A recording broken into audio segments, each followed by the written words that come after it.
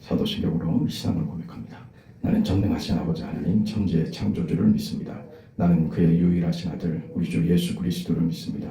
그는 성령으로 잉태되어 동정녀 마리아에게서 나시고 본디오 빌라도에게 고난을 받아 십자가에 못 박혀 죽으시고 장사된 지 사흘 만에 죽은 자 가운데서 다시 살아나셨으며 하늘에 오르시어 전능하신 아버지 하나님 우편에 앉아 계시다가 거기로부터 살아있는 자와 죽은 자를 심판하러 오십니다. 나는 성령을 믿으며 거룩한 공교회와 성도의 교제와 죄를 용서받는 것과 몸의 부활과 영생을 믿습니다. 아멘. 288장 찬송합니다. 288장.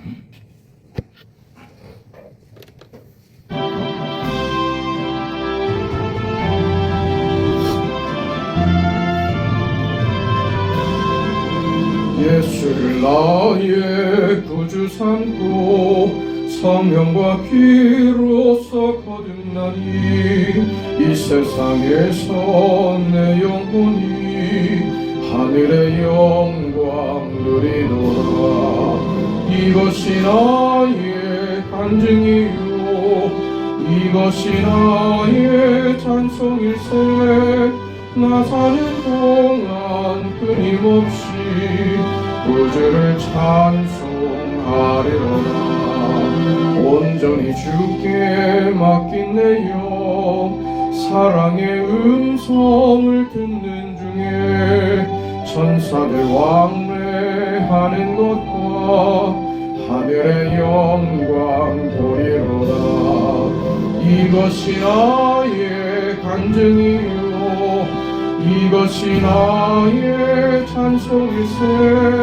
나 사는 동안 끊임없이 구주를 찬송하리로다.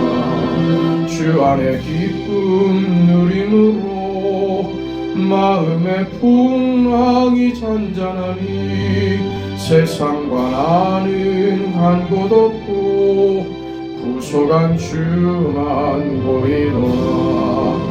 이것이 나의 간증이요 이것이 나의 찬송일세. 나 사는 동안 끊임없이 구주를 찬송하리로다.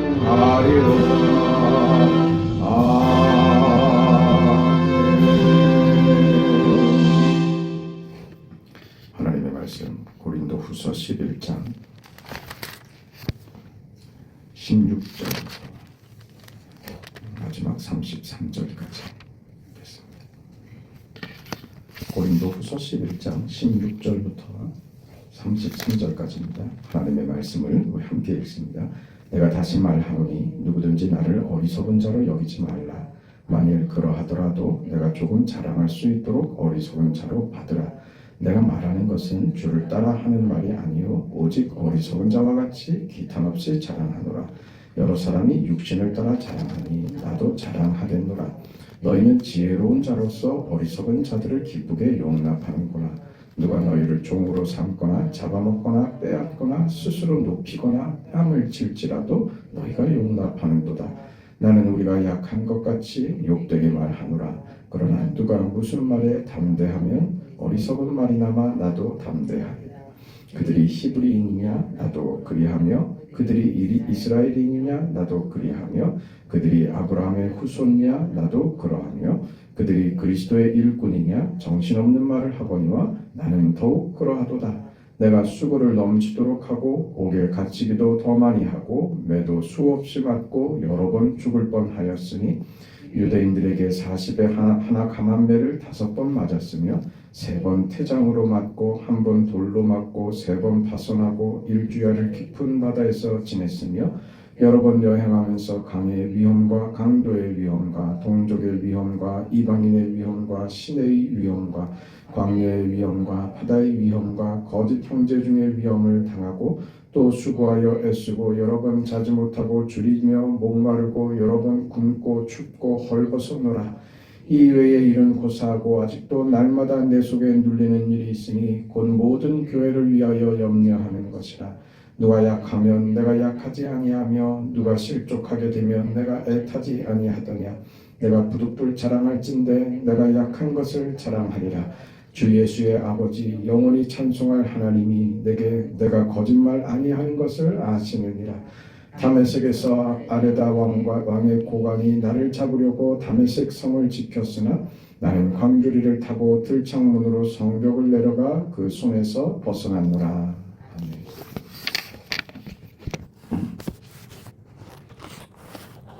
오늘 바울이 자신이 고생한 이야기들을 이렇게 구체적으로 긴 문장을 할애를 해서 이렇게 고린도 교회에게 글을 남겼어야만 했는가 하는 점을 생각하려고 합니다.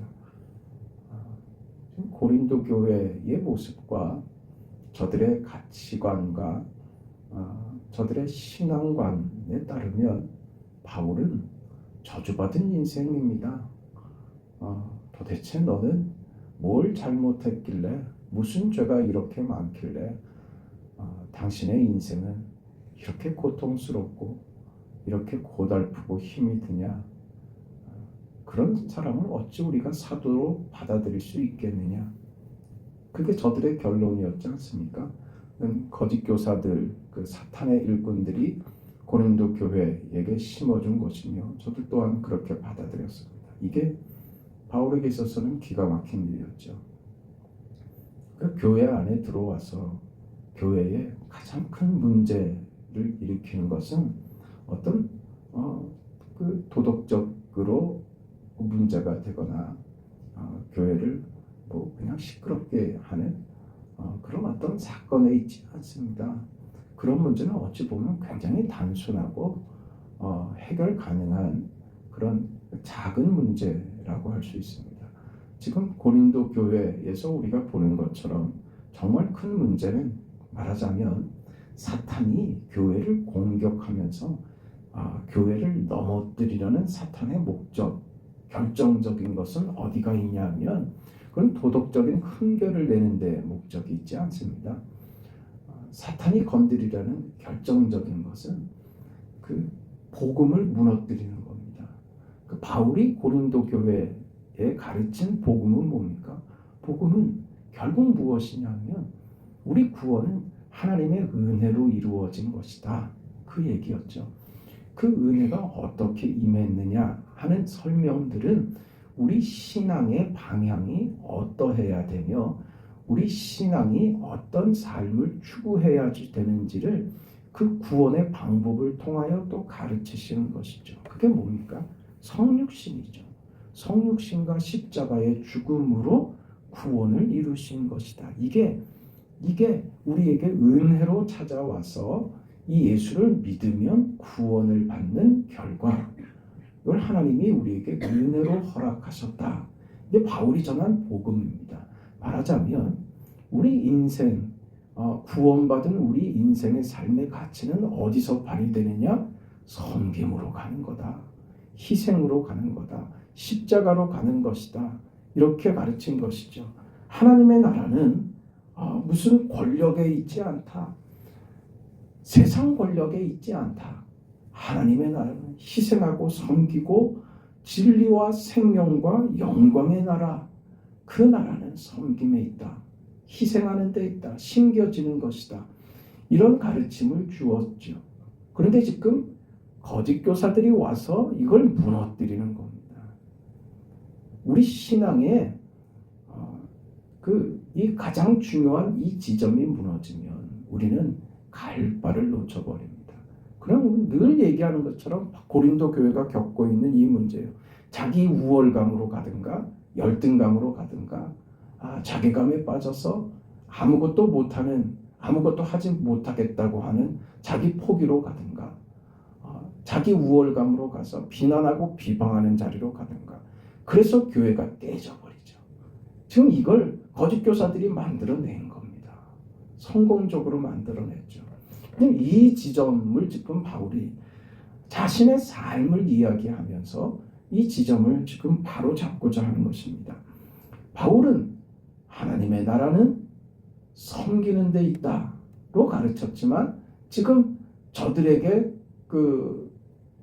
지금 들어온 그 거짓된 가르침은 결국 저들을 교회는 권력에 있다 이렇게 바꿔버리고 만 겁니다. 힘 있는 자, 잘난 자, 지금 성공한 자가 복받은 자고 은혜 받은 자고, 이 논리는 무슨 논리입니까? 세상의 논리죠. 하나님의 나라의 논리가 아닙니다.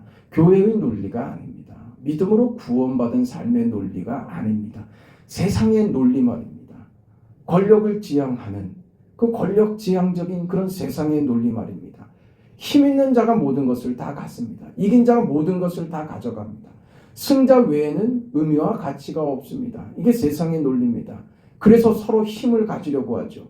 그게 무엇이 됐든 간에 그것으로 자기 힘을 삼으려고 하죠. 그것으로 자기를 방어하고 보호하고 싸워서 이기려고 하죠. 그것밖에 없습니다. 그런 세상입니다. 권력이 교회 안으로 들어온 것입니다. 이게 지금 고린도 교회의 큰 문제였던 것입니다. 그 바울이 이 지금 교회 안에 들어온 이 권력 구조, 힘으로 된다. 성공하는 것이 진리다. 성공이 승리가 하나님의 복이다.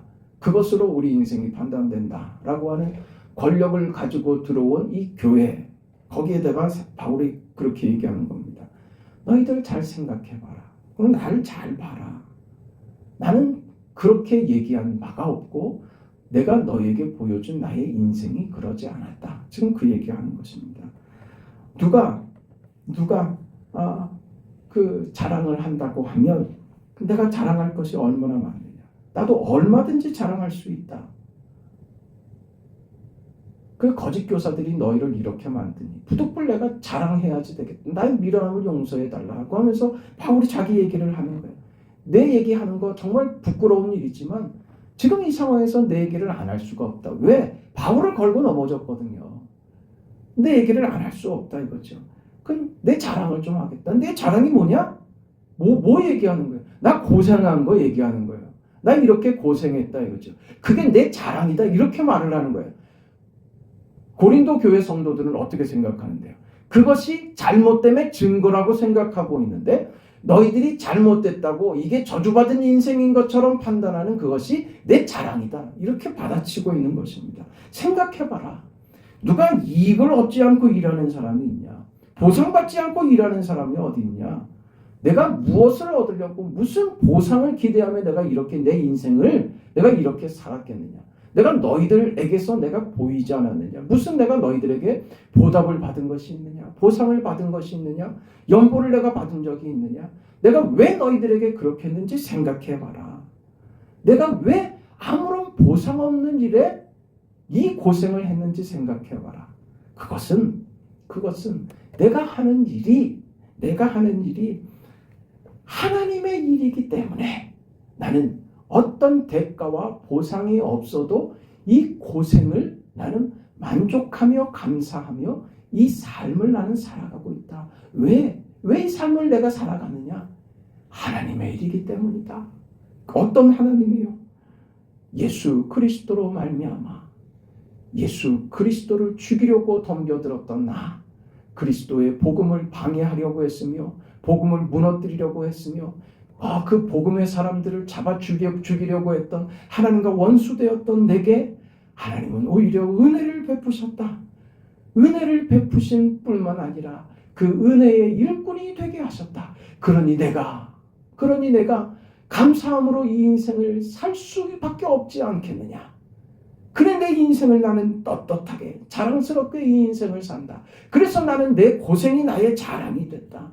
내 자랑이 있다면 담에색에서 나 도망쳤다. 밤중에 몰래 담 넘어서 성벽을 기어 내려가서 그렇게 도망갔다. 그게 내 인생이었다. 자랑스럽고 떳떳하고 그렇게 드러내는 인생이 아니라 숨겨져 있고 도망다니고 늘 숨어있는 인생이었다. 그렇게 쫓겨다녔다. 매맞았다. 헐벗었다. 세상의 권력 앞에 세상의 가치관에 나는 언제나 바깥에 있었다. 거기에서 나는 언제나 당했다. 그게 내 인생이었다. 너희는 지금 세상의 권력 구도, 권력의 가치관 속에서 사로잡혀 있지 않느냐? 누가 공을 많이 세웠는지, 누가 영광된지, 누가 큰 자랑을 가지고 있는지, 누가 더 잘나고 누가 더 성공했는지 그것만 너희들의 눈에 있지 않느냐. 그러나 봐라. 그것이 무슨 결과를 낳는지. 그런 내 인생을 봐라. 결국 무엇이 일을 하더냐. 지금 그렇게 되묻는 겁니다. 고생한 것, 수고한 것, 섬긴 것, 희생한 것. 결국 그것이 교회 안에서 이 일을 하지 않더냐. 그것이 결과를 만들지 않더냐. 하나님이 하신 일이 그거였고 우리에게 요구되는 삶도 그거였고 그 희생과 섬김과 수고와 낮아지고 내가 죽어 상대를 살리는 이 삶이 교회 안에서 힘을 발휘하고 그것이 일을 하고 결과를 열매를 맺지 않더냐. 내 인생이 그런 인생이며 그 내 삶의 결과가 열매가 너희들이다. 근데 너희가 왜 이렇게 삶을 사느냐? 우리 이거 알고 있지 않느냐? 왜 애써 외면하고 있느냐? 그런 것입니다. 너희를 내가 전한 그리스도의 복음으로 너희를 그리스도 안으로 하나님의 통치와 하나님의 목적과 하나님이 주시는 그 은혜 속에서 살도록 하나님의 보호하심과 하나님의 그 따뜻한 그 마음과 여유와 너그러움과 하나님의 그 권위 아래서 너희를 품으며 그 인생을 그 믿음으로 살도록 세상의 권력 구조 속에서 있는 너희를 하나님의 품으로 예수 그리스도 안으로 복음 안으로 데리고 들어왔는데 왜 다시 세상의 권력 아래로 다시 들어가냐 이 소리예요. 왜 너희를 그 속에서 끄집어냈는데 겨우 끄집어냈는데 왜 세상의 권력 구조를 이제 교회 안으로 갖고 들어오고 있느냐 그 말입니다.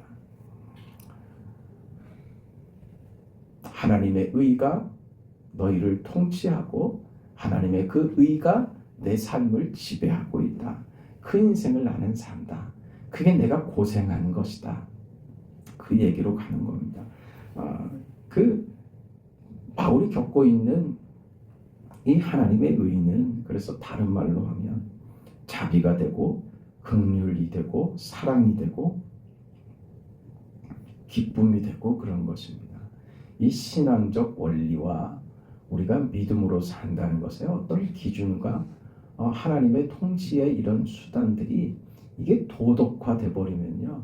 이게 옳고 그름으로 가버린단 말이에요. 그러면 어디로 가느냐? 그걸 지금 고린도 교회가 겪고 있는 것이죠. 그게 공포가 된다니까요. 무섭다니까요. 그 교회 안에 그 무서운 게 들어간다니까요. 교회로 왔는데 신앙생활을 하는데 무섭다고요. 그러니까 예배를 드리러 오는데 매 맞을까봐 혼날까봐 와서 앉아있는 거예요. 내가 예배드리는데 혹 실수하면 그냥 하나님 앞에 혼날까봐 그 무슨 저주니 심판이니 그런 데 매여가지고 교회는 그 하나님의 통치는 공포에 있지 않습니다. 공포와 심판은 그건 하나님을 저주하며 하나님을 외면하는 세상에 있는 것이지 하나님의 자녀들에게 하나님은 공포가 아닙니다. 그 인생을 적나라하게 보여준 사람이 누구냐면 다윗이에요. 왜 그 성경에 다윗이 그렇게 언급이 되고 다윗의 인생을 왜 그렇게 우리가 긍정적으로 보게 되냐면 그가 죄를 안 지어서가 아닙니다. 우리가 알고 있는 대로 다윗은 골리앗 죽이고 사울 왕을 끝까지 죽이지 않죠. 하나님이 허락한 그 이스라엘의 왕이 되는 그 길에 그가 정말 멋지게 그 왕위에 오르기까지 그는 멋지게 이 두 가지 정말 큰 일을 해냅니다. 골리앗 죽이고 사울 왕에 대해서 그가 대적하는 자로 서지 않습니다. 그 죽음의 칼날을 피해서 도망다니기만 하죠. 이 자리란 말입니다. 이 자리요. 그런데 그 뒤에요. 그 뒤에 그래서 다윗이 그 평탄한 삶만 살더냐 하느냐 이거죠. 아니었죠. 그는 그의 아들들이 그 자신에게 반역합니다. 그 압살롬이 반역하고 아도니아가 반역합니다. 그래 도망다닙니다. 쫓겨다닙니다. 밧세바 사건으로 너무 유명하죠. 밧세바 사건은 다윗의 인생을 어떤 전환점을 만들어 버렸습니다. 나로 안 된다는 것을, 자신이 죄인이라는 사실, 내가 대단한 줄 알았는데 내가 얼마나 무능하며 무익하며 얼마나 큰 죄인인가 하는 사실을 밧세바 사건으로 깨닫죠. 평생 낯을 들고 다닐 수 없는 죄를 짓고 맙니다. 이 모든 고난을 다윗이 감수합니다. 다윗이 잘한 것은요, 그의 장점은 말하자면 그는 절망하지 않는다는 거예요. 잘못과 실수 때문에 그는 자폭하지 않아요. 그 신앙이 그 잘못한 것을 가지고도 어디로 가느냐? 하나님 앞으로 가는 거예요. 이거 말이에요, 이거. 오늘 우리에게 요구하는 인생의 삶이 바로 이 지점에 있어요. 우리가 어찌 죄 안 짓고 살고 잘못한 것 없고 왜 우리 인생에 눈물이 없고 좌절이 없고 그럴 수 있겠어요? 모두가 다 가지고 있죠. 그것이 너를 어디로 가지고 가느냐, 그거예요. 그 싸움하는 거예요. 지금 고린도 교회 교인들은 어디로 갔어요? 그거를 가지고. 그거 자기 우월감으로 갔잖아요. 그게 거짓 교사들이 그 잘못된 그 가치관과 관념을 집어넣어 버렸죠. 권력으로 끌고 갔죠. 그래서 그게 그 자기 우월감으로 가서 비난하고 비방하는 그런 그 신앙의 자리가 아닌 엉뚱한 곳으로 끌고 가 버리고 말지 않았습니까? 오늘 다윗에 있어서 그걸 보라는 겁니다. 다윗은 절망하는, 정말 평생 얼굴 들고 살 수 없을 정도의 그 부끄러운 사건으로 그는 절망하지 않습니다.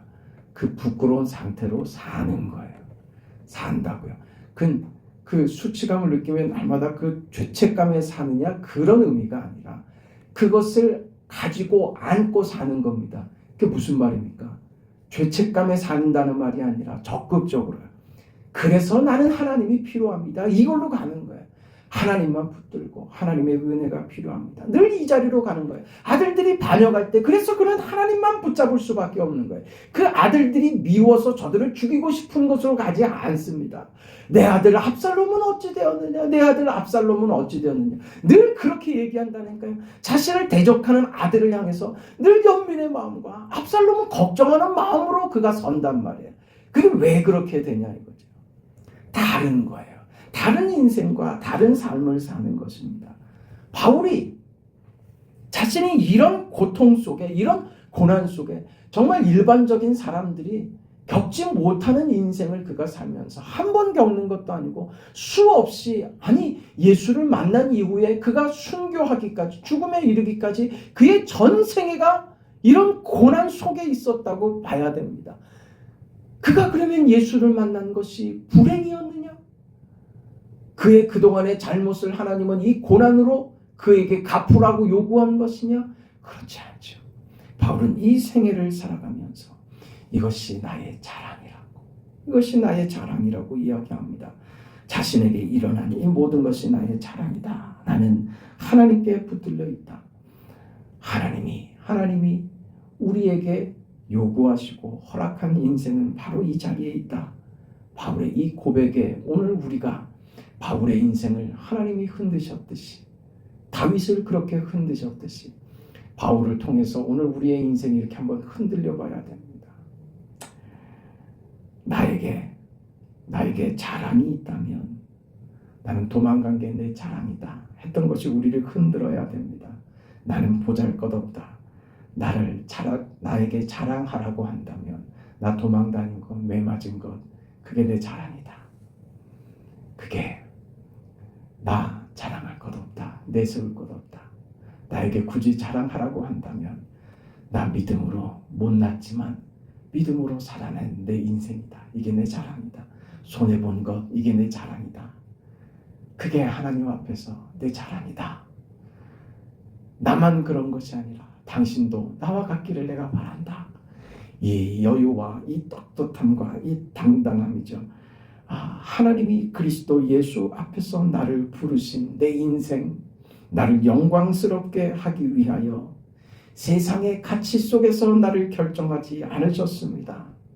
우리가 이 세상 권력지향적인 이 세상 속에 내가 살다가 이 안으로 들어왔지만, 그리고 여전히 내가 이 권력지향적인 이 세상 속에 살고 있지만, 나는 세상의 권력이 지배하는 이 순서와 이 가치 속에서 나는 살지 않고 나는 예수께서 가르쳐 주신 십자가가 나의 자랑이며 나의 운명이 되며 나의 기쁨이 되며 그렇게 나도 그 인생을 살기로 하지만 그것이 나의 기쁨이고 자랑이 되는 그 인생을 나는 삽니다. 오늘 바울의 고백이 우리 인생을 흔들어서 나도 그 인생을 살아가는 그런 오늘 우리의 삶이 되기를 주의 이름으로 축원합니다. 하나님 은혜와 사랑을 감사합니다. 베푸신 사랑과 은혜와 자비하심을 마음 깊이 새기고 살아가도록 바울의 인생을 흔들었던 우리 하나님께서 우리의 인생도 흔들어 주셔서 세상에 어떤 가치와 질서와 세상의 어떤 세상을 지탱하는 그 어떤 원리들로 우리가 살아가지 않도록 권력을 따르고 권력을 취하려고 하지 않고 예수로 만족합니다. 나는 이 생이 주님으로 영원하고 주님으로 충만합니다. 그 인생이 나의 자랑입니다. 이 자리로 가는 우리 모두의 생애가 되도록 하나님 도와주옵소서. 오늘 2024년 마지막 달의 마지막 날입니다.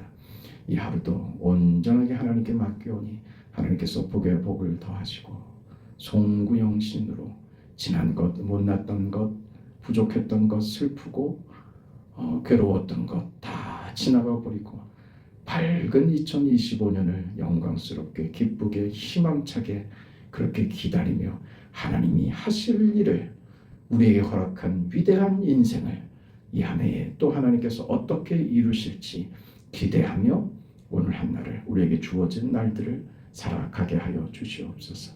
예수님 이름으로 기도합니다. 아멘. 하늘에 계신 우리 아버지여, 이름이 거룩히 여김을 받으시오며 나라가 임하시오며 뜻이 하늘에서 이루어진 것 같이 땅에서도 이루어지이다. 오늘 우리에게 일용할 양식을 주시옵고 우리가 우리에게 죄 지은 자를 사하여 준 것 같이 우리 죄를 사하여 주시옵고 우리를 시험에 들게 하지 마시옵고 다만 악에서 구하시옵소서. 나라와 권세와 영광이 아버지께 영원히 싸움나이다. 아멘.